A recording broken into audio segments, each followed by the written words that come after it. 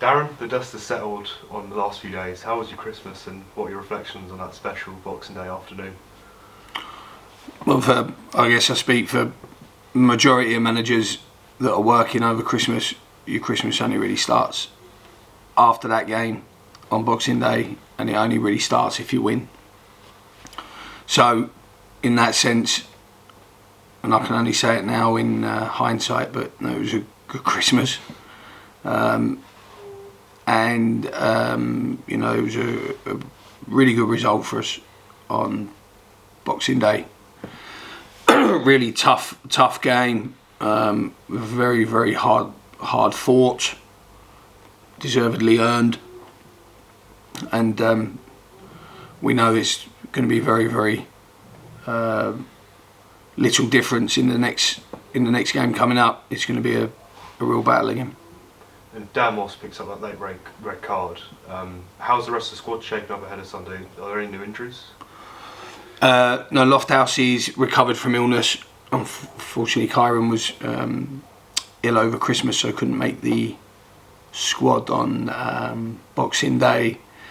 So he's back, which is great. You know, he's a good player for us, Kyron, and he gives us a little bit of adaptation. So we've worked very hard with him this week, actually, tactically.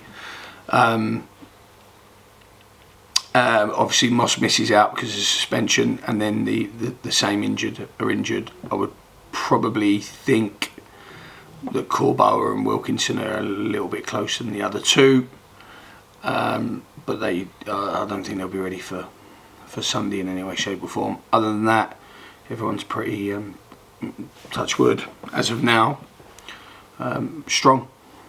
And Sunday will mark almost 7 years to the day that Woking last beat Aldershot at home. How important are supporters in getting behind the team for another huge derby? Well, yeah, I think when you look back to the Boxing Day game, and you know, obviously it'd been a while since this football club had won that game. I think it's important that we celebrate every game. I think it's important that we show huge amounts of respect when we lose, as I think that the supporters would agree that we've shown in those times. And really we have to now develop the same level of motivation and task that's in front of us in order to meet the needs of the next game, which is so important. And whether it's Aldershot now or Barnet or whoever, you know, these games and the points supersede any sort of other alternative agenda. But we know these games are about sacrifice, and I said it before the first game. We know these games are not for us. These games are for the supporters, and we know that we are going to have to really earn, you know, any positive outcome.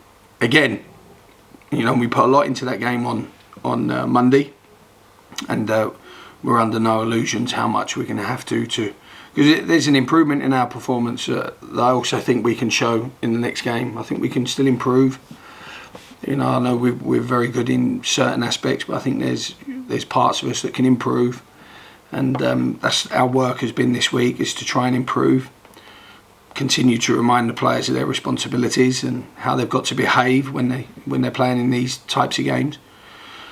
And as we hit the back nine of the season, we have to keep an eye on the horizon also. So it's a good time for us. We should be excited about these games, but we're under no illusion that the task is as difficult, if not more, than when we woke up on Monday morning. And perhaps looking back a bit further, 2022 is coming to an end. Your first sort of calendar year at the club. What are your reflections on that, and what are you sort of looking forward to in 2023, perhaps recruitment-wise as well? I think the footballing performance. I think I said when I joined that the footballing performance had to match the off-field development, that had been made by Drew and John and the board and the staff and everyone here. And that was a big test for me, or a big task for me, to try and match that development. And no one really could have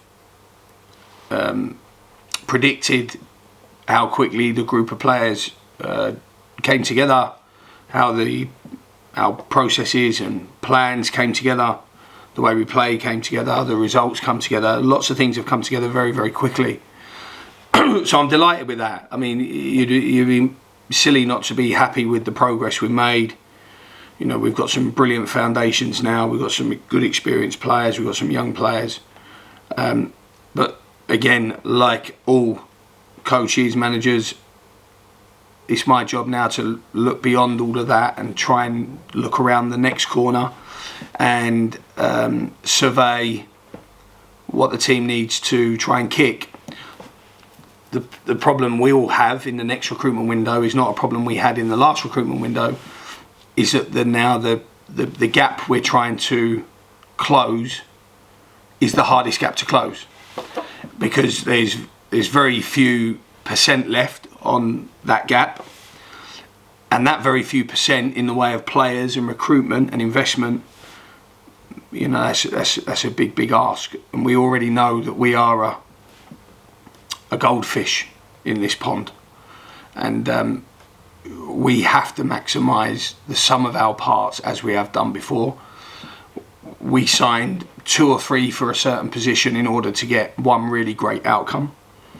So the aggregate of the position was covered by lots of different qualities. And we're probably going to have to look in that way as well, because to now go and match, for example, right here, right now, the 3 teams above us is beyond our capability. And that's just where we are. And if we were to push that capability, it would mean a huge development in infrastructure. It would mean a huge investment in more players. It would mean a huge everything, staffing, everything.